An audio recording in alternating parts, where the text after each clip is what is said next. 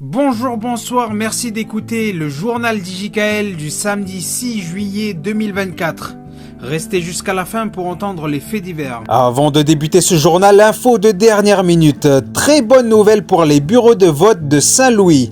On nous a annoncé que la route sera sécurisée de 7h à 17h30 ce dimanche. Alors, info choc de ce journal, Fitness Park du quartier de DSM qui est parti en fumée le soir du vendredi 5 juillet. Mercredi matin, c'est la mine de Bonini à Poro qui a été la proie des flammes.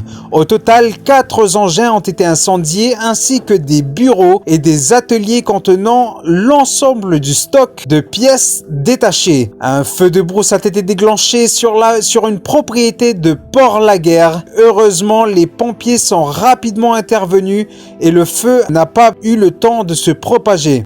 Un incendie a eu lieu à la SLN au four de Donyambo sur Nouméa. Apparemment, il y a eu un problème technique. Le directeur a eu un rendez-vous en visio avec les employés et ils ont convenu qu'il n'y a eu aucune intrusion.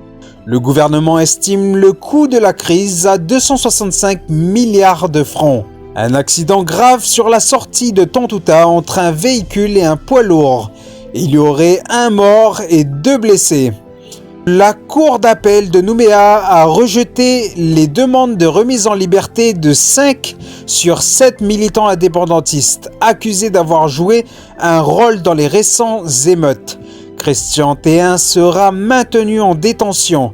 L'appel a toutefois été accepté pour 2 de ces 7 prisonniers qui aurait été assigné à résidence en métropole pendant 6 mois. Le Haut-Saria rappelle que les rassemblements seront interdits du samedi 6 juillet à 6h au lundi 8 juillet à 20h.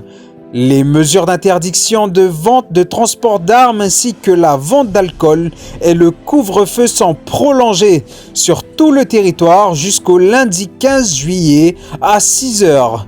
Fait divers, reconnu coupable d'avoir projeté avec un lance-pierre un écrou sur un CRS à Port-de-Fer, un homme a été condamné à 8 mois de prison ferme.